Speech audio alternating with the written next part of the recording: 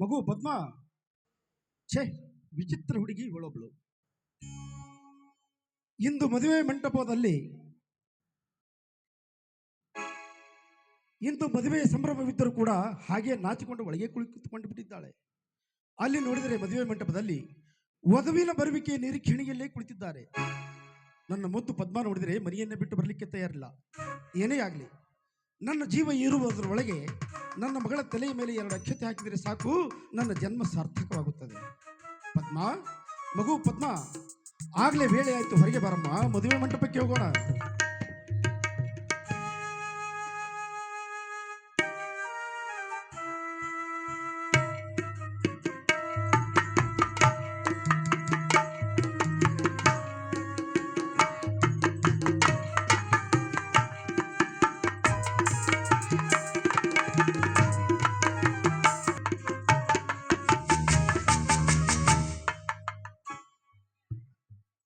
ಅಪ್ಪಾಜಿ, ನನ್ನನ್ನು ಕರೆದ್ರೇನಪ್ಪಾಜಿ? ಹೌದಮ್ಮ, ನಿನ್ನನ್ನೇ ಕರೆದಿದ್ದು.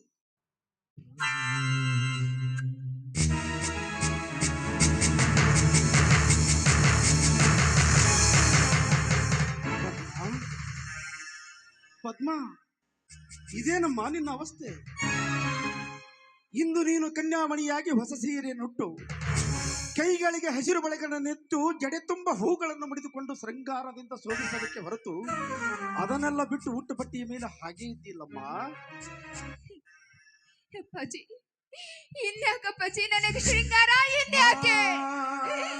ಅಪ್ಪಾಜಿ, ನಾನು ಹೊಸ ಸೀರೆ ಉಡುವಂತಿಲ್ಲ, ಕೈಗಳಿಗೆ ಕೈ ಬಳೆ ತೊಡುವಂತಿಲ್ಲ, ನನ್ನ ಮುಡಿಗೆ ಹೂ ಮುಡಿಯುವಂತ ಪರಿಸ್ಥಿತಿಯಲ್ಲಿ ನಾನಿಲ್ಲ ಅಪ್ಪಾಜಿ, ನಾನಿಲ್ಲ.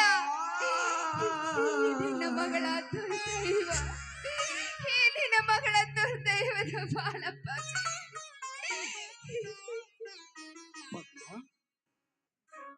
ಏನ್ ಮಾತಾಡ್ತಾ ಇದೀಯಮ್ಮ ನೀನು? ನೋಡಮ್ಮ, ಹುಡುಗಾಟದ ಮಾತಾಡೋದಕ್ಕೂ ಸಮಯ ಸಂದರ್ಭ ಇರುತ್ತದೆ. ನೋಡು, ನನಗೂ ನಿನ್ನ ಮನದ ಅಂತರಾಳ ಅರ್ಥವಾಗುತ್ತದೆ. ನಾನು ಮದುವೆಯಾಗಿ ಈ ಮನೆಯಿಂದ ಕಾಲು ಕಿತ್ತರೆ ನಮ್ಮ ತಂದೆಯವರು ಒಬ್ಬರೇ ಕಾಲು ಕಳೀಬೇಕಲ್ಲ ಎಂಬ ಕೊರಗು ನಿನ್ನನ್ನು ಎಡಬಿಡದೆ ಕಾಡ ಹತ್ತಿದೆ ಅಲ್ಲವೇ?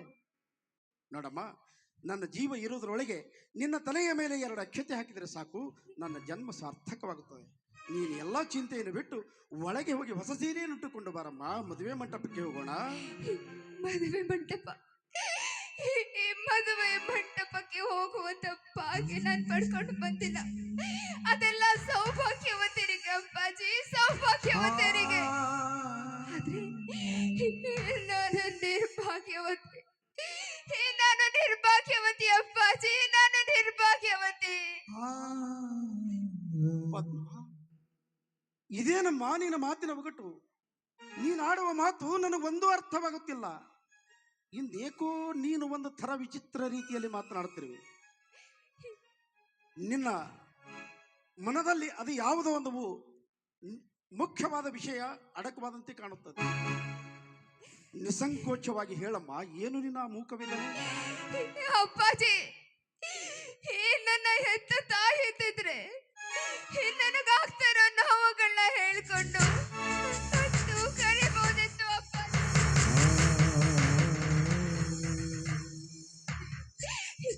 ನನಗಾಗ್ತಿರೋ ಸಂಕಟನ ನಿನಗೇನಾದ್ರೂ ಹೇಳಿದ್ರೆ ಖಂಡಿತವಾಗ್ಲೂ ನೀನು ಬದುಕಿರೋದಿಲ್ಲ ಅಪ್ಪಾಜಿ, ಖಂಡಿತವಾಗ್ಲೂ ಸಹಿಸ್ಕೊಳ್ಳೋದಿಲ್ಲ ಅಪ್ಪಾಜಿ, ಖಂಡಿತವಾಗ್ಲೂ ಸಹಿಸ್ಕೊಳ್ಳೋದಿಲ್ಲ.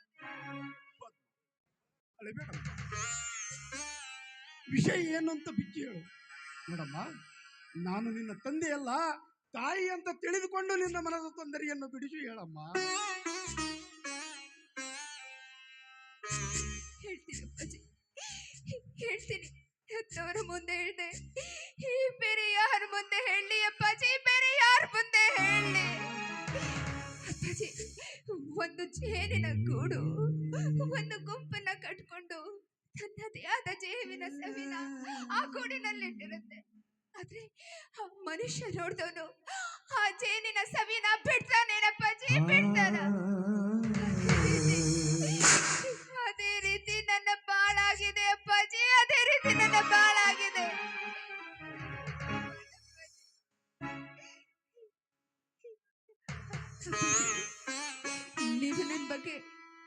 ಬಹಳ ಕಾಳಜಿ ವಹಿಸಿದ್ರಿ ಅಲ್ವಾ?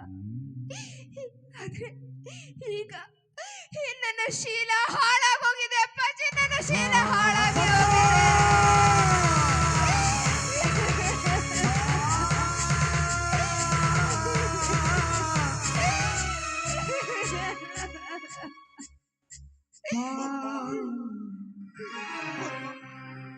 ಇದೆಂತ ಹಾಸು ಬಂಡೆಯನ್ನು ಹಾಕುತ್ತಿದ್ದೀಯಮ್ಮ ಈ ನನ್ನ ತಲೆಯ ಮೇಲೆ. ನೀನೀಗ ಕನಸಿನಲ್ಲಿ ಮಾತನಾಡುತ್ತೀರಿಯೋ ಅಥವಾ ತಲೆ ಕೆಟ್ಟ ಹುಚ್ಚಿಯಂತೆ ಮಾತನಾಡುತ್ತೀರಿಯೋ ನನಗೊಂದು ಅರ್ಥವಾಗುತ್ತಿಲ್ಲ. ಅಂದ್ರೆ ನಿನ್ನೆ ರಾತ್ರಿ ನಾನು ಮನೆಯಲ್ಲಿಲ್ಲ ನಿಜ, ಆದ್ರೆ ನಿನ್ನ ಶೀಲಕ್ಕೆ ಅದು ಹೇಗೆ ವಿಷಯ ಬೆರೆಯಿತು? ನಿಜ ಹೇಳಮ್ಮ ನಡೆದ ಸಂಗತಿಯನ್ನು. ಅಪ್ಪಾಜಿ, ನಿನ್ನೆ ರಾತ್ರಿ ನೀವು ಇಲ್ಲದ ಸಂದರ್ಭನ ನೋಡಿ ಬೆಕ್ಕೊಂದು ಹಾಲು ಕುಡಿದು ಪರಾರಿಯಾಗುವಂತೆ ನನ್ನ ಶೀಲನ ಗೆಡಿಸಿ ಒಬ್ಬ ಪರಾರಿಯಾದ ಅಪ್ಪಾಜಿ. ನಿಮ್ಮ ಆಸೆ ಕನಸುಗಳೆಲ್ಲ ನೆಚ್ಚುನೀರಾಗಿ ಹೋಯಿತು. ಸಾಕು ಸಾಕು, ಮುಂದೆ ಮಾತನಾಡಿದರೆ ನಿನ್ನ ಕರಗಸದೆಂತ ಮಾತುಗಳನ್ನು ನೀನಾಡುವ ಒಂದೊಂದು ಮಾತು ನನ್ನ ಹೃದಯವನ್ನೇ ಚೂರು ಚೂರು ಮಾಡುವ ಮಹಾ ಖಂಡಿತವಾಗಿದೆ. ಅಂದ್ರೆ ನಿನ್ನೆ ರಾತ್ರಿ ನಿನ್ನ ಶೀಲಕ್ಕೆ ವಿಷಯ ಬೆರೆಯುತ್ತೆ. ನಿನ್ನ ಶೀಲವನ್ನು ಕತ್ತ ಮಹಾಕಳ್ಳನಾರ ನಿಜ ಹೇಳಮ್ಮ, ನಿಜ ಹೇಳು. ಆ ಜನ್ಮ ಶತ್ರು ಆ ಪ್ರತಾಪ್ ಅಪ್ಪಾಜಿ, ಪ್ರತಾಪ್ ನನ್ನ ಶೀಲಕ್ಕೆ ಕಿಚ್ಚು ಹಚ್ಚಿ ಹೋದ ಅಪ್ಪಾಜಿ, ನನ್ನ ಶೀಲಕ್ಕೆ ಕಿಚ್ಚು ಹಚ್ಚಿ ಹೋದ.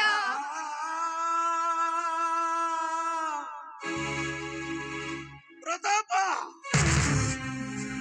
ಕೊನೆಗೂ ನಿನ್ನ ಸೇಡನ್ನು ತೀರಿಸಿಕೊಂಡ ಬಿಟ್ಟು ಯಾವ ದ್ರೋಹಿ. ನಾನು ಅಧಿಕಾರದಲ್ಲಿದ್ದಾಗ ನಿನಗೆ ಕಟ್ಟಲು ಶಿಕ್ಷೆ ಕೊಟ್ಟೆನೆಂಬ ದ್ವೇಷಕ್ಕಾಗಿ ಏನು ಅರಿಯದ ನನ್ನ ಮುಗ್ಧ ಮಗಳ ಮೇಲೆ ನಿನ್ನ ಚಲದಿಂಗಿತವನ್ನು ತೀರಿಸಿಕೊಂಡ ಬಿಟ್ಟು ಯಾವ ಪಾಪಿ. ನೀನಿಂಥ ಮೋಸಗಾರನೆಂದು ನಾನು ಭಾವಿಸಿದ್ದಿಲ್ಲ. ಆದರೆ ಆದರೆ ಇಂದು ನೀನು ನನ್ನ ಮಗಳಿಗೆ ಮರೆಯಲಾಗದ ಗಾಯ ಮಾಡಿ ಹೋದೆ. ಅಪ್ಪಾಜಿ, ಅಪ್ಪಾಜಿ ಸಮಾಧಾನ ಮಾಡ್ಕೊಳ್ಳಿ ಅಪ್ಪಾಜಿ, ಸಮಾಧಾನ ಮಾಡ್ಕೊಳ್ಳಿ. ನಿಮ್ಗೂ ವಯಸ್ಸಾಗಿದೆ ಅಪ್ಪಾಜಿ, ನಿಮಗೆ ಬಹಳಷ್ಟು ನೋವು ಕೊಡ್ತಾ ಇದ್ದೀನಿ.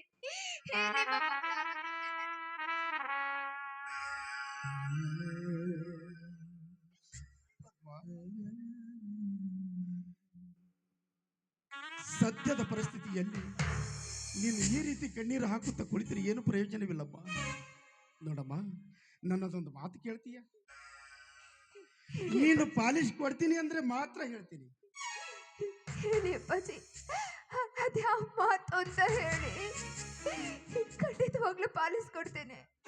ನೋಡಮ್ಮ, ನಾನು ಹೀಗಂದೆ ಅಂತ ತಪ್ಪು ತಿಳಿದುಕೊಳ್ಳಬೇಡ. ನಾನೇನೇ ಮಾಡಿದ್ರು ನಿನ್ನ ಒಳ್ಳೆಯದಕ್ಕೆ ಅಂತ ಭಾವಿಸು. ನೋಡು, ನಿನ್ನೆ ರಾತ್ರಿ ನಿನ್ನ ಮೇಲೆ ನಡೆದ ದುರಂತ ಮರೆತು ಬಿಡು.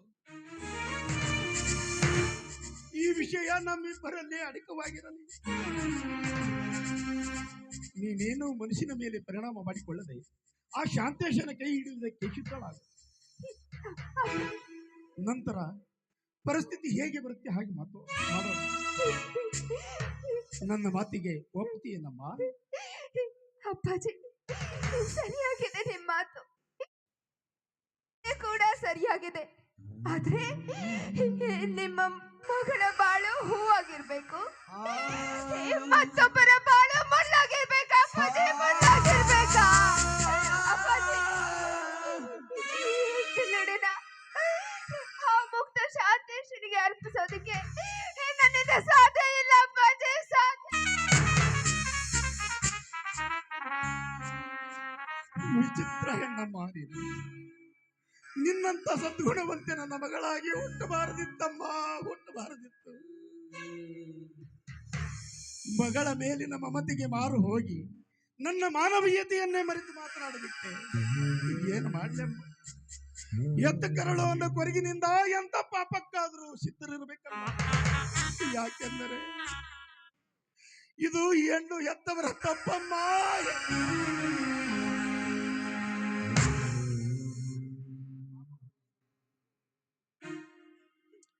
ಅಪ್ಪಾಜಿ, ಈಗಿದ್ದ ಪಾಪದ ಹೊರೆ ಸಾಲದು ಅಂತೇಳಿ ನಾನು ಶಾಂತೇಶನ ಮದುವಾಗಿ ಮತ್ತಷ್ಟು ಪಾಪದ ಹೊರೆನ ಹೊರುವಷ್ಟು ಶಕ್ತಿ ನನ್ನಲ್ಲಿಲ್ಲ ಅಪ್ಪಾಜಿ, ನನ್ನಲ್ಲಿಲ್ಲ.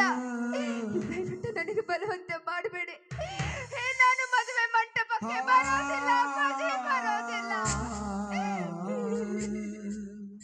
ಹಾಗಾದ್ರೆ ಇಂದು ಮದುವೆಯ ಮಂಟಪದಲ್ಲಿ ನಡೆಯಬೇಕಾದದ್ದು ಮದುವೆಯಲ್ಲ, ನನ್ನ ಹಾಗೂ ಶಾಂತೇಶನ ಮಾನಭಂಗ.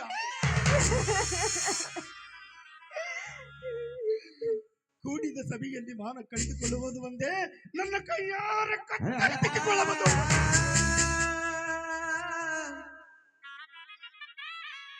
ಶಾಂತೇಶ, ನಿಜವಾಗಲೂ ನೀನು ನಿರ್ಭಾಗ್ಯನಪ್ಪ, ನಿರ್ಭಾಗ್ಯ. ನಿನ್ನಂತ ಸದ್ಗುಣವುಳ್ಳ ಅಳಿಯನನ್ನು ಪಡೆದುಕೊಳ್ಳುವ ಪುಣ್ಯ ನನಗಿಲ್ಲಪ್ಪ, ನನಗಿಲ್ಲ. ಮನದಲ್ಲಿ ಆಶೆಯು ಬೇರೆ, ಬದುಕಲ್ಲಿ ನಡೆಯುವುದು ಬೇರೆ. ಮನದಲ್ಲಿ ಆಶೆಯು ಬೇರೆ, ಬದುಕಲ್ಲಿ ನಡೆಯುವುದು ಬೇರೆ. ವಿಧಿ ಬರದ ಕವಿತೆ, ಆ ಕವಿತೆ ವಿಧಿ ಬರದ ಕವಿತೆ, ಆ ಕವಿತೆ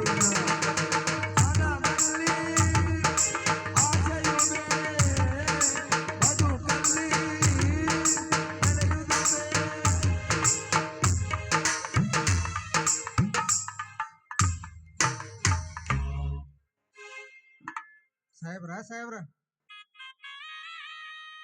ಅಲ್ರಿಪ್ಪ, ಇವತ್ತು ನಿಮಗೆ ಏನೋ ಹೊತ್ತು ಗೊತ್ತು ಏನೋ ತಿಳಿವಲ್ದು ಏನ್ರಿಪ್ಪ. ಅಲ್ಲಿ ಮದುವೆ ಮಂಟಪದಾಗ ನೋಡಿದ್ರ ಎಲ್ಲಾ ಜನ ಬಂದು ಕುಂತಾರ್ರಿ. ನೀವು ಇಲ್ಲಿ ಮನ್ಯಾಗ ನೋಡಿದ್ರ ತಂದೆ ಮಗಳು ಇನ್ನೂ ತಯಾರಿ ಆಗಿಲ್ಲ. ನಿಮ್ಮನ್ನು ಕರ್ಕೊಂಡು ಬಾ ಅಂತ ಹೇಳಿ ನಮ್ಮ ಸಾಹೇಬ್ರು ಕಳ್ಸ್ಯಾರಿಪ್ಪ, ಬರ್ರಿ. ಪಾಪತಿ, ಸದ್ಯ ನಾವು ಮದುವೆ ಮಂಟಪಕ್ಕೆ ಬರ್ಲಿಕ್ಕೆ ತಯಾರಾಗಿದ್ದೀವಿ, ಅಷ್ಟರಲ್ಲಿ ನೀನು ಬಂದಿಯಲ್ಲ, ಬಹಳ ಒಳ್ಳೇದಾಯ್ತು. ಪಂಪಾಪತಿ, ಮದುವೆಗೆ ಯಾರ್ಯಾರು ಬಂದಿದ್ದಾರೋ? ಆ ಮದುವೆ ಮಂಟಪದ ಐಶ್ವರ್ಯ ಏನು ಹೇಳಬೇಕ್ರಿ ಅಪ್ಪ, ಸಾಕ್ಷಾತ್ ಇಂದ್ರ ಲೋಕದ ಸಂಭ್ರಮ ಇದ್ದಂಗೆ ಐತೆ ನೋಡ್ರಿ. ಅಲ್ಲಿ ಯಾರ್ಯಾರು ದೊಡ್ಡ ದೊಡ್ಡ ವ್ಯಕ್ತಿಗಳು ಬಂದಾರ್ರಿ, ಊರ ಪ್ರಮುಖರು ಬಂದಾರಿ, ಸಾಹೇಬರು ಬಂದಾರಿ. ಅಲ್ರಿ, ನಿಮ್ಮ ಮಗಳ ಮದುವೆ ಇದನ್ನೆಲ್ಲ ನೋಡಿದ್ರೆ ನಾನು ಯಾಕೆ ಮದುವೆ ಮಾಡ್ಕೋಬಾರ್ದು ಅನಿಸುತ್ತೆ ನೋಡ್ರಿ. ಒಟ್ಟಿನಾಗ ಹೇಳ್ಬೇಕಾದ್ರೆ ಆ ಸಮುದ್ರ ಗುಣವುಳ್ಳ ಶಾಂತೇಶಪ್ಪನ ಮದುವೆ ಮಾಡ್ಕೊಳಕ ನಿಮ್ಮ ಮಗಳು ಪುಣ್ಯ ಮಾಡ್ಯಾಳ್ರಿ ಅಪ್ಪ, ಪುಣ್ಯ ಮಾಡ್ಯಾಳ್ರಿ. ಹೌದು, ನಿಜವಾಗ್ಲೂ ನಾನು ಪುಣ್ಯ ಮಾಡಿದ್ದೆ. ನಿಮ್ಮಂತ ಅಣ್ಣನನ್ನ ಪಡೆಯೋದಕ್ಕೆ ನೀವೇ ನನ್ನ ಪಾಲಿನ ತಂದೆ, ನೀವೇ ನನ್ನ ಪಾಲಿನ ತಂದೆ.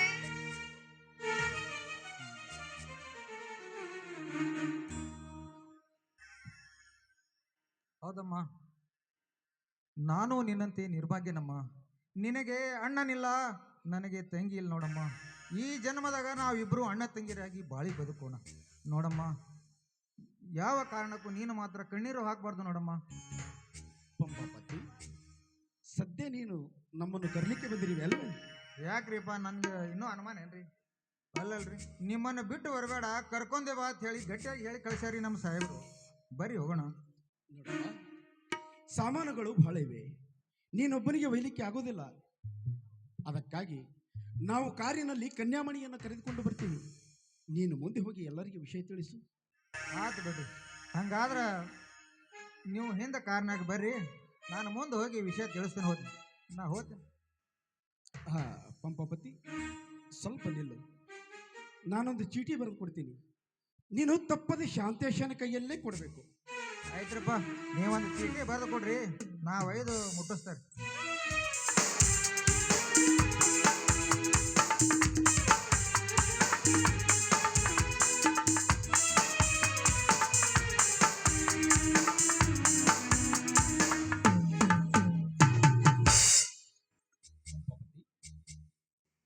ಈ ಚೀಟಿಯನ್ನು ಬಲು ಹುಷಾರಾಗಿ ಮುಟ್ಟಿಸು, ಯಾಕಂದ್ರೆ ಇದರಲ್ಲಿ ಅಂತ ಮುಖ್ಯವಾದ ವಿಷಯವೇ ಅಡಕವಾಗಿದೆ. ನೀನೀಗ ಅರ್ಜೆಂಟ್ ಹೋಗಿ ಚೀಟಿ ಮುಟ್ಟಿಸು. ಆಯ್ತು ಬಿಡ್ರಿಪ್ಪ, ನೀವೇನೋ ಕಾಳಜಿ ಮಾಡಬೇಡ್ರಿ. ಇದು ಚೀಟಿ ಒಯ್ದು ಗಿಸಿಂದ್ರೆ ಕೊಟ್ಟು ಮುಟ್ಟಿಸಿ ಬಿಡ್ತಾರಿ, ನೀವೇನು ಟೆನ್ಷನ್ ತಗೋಬೇಡ್ರಿ, ನೀವು ಬರ್ತಾರೆ.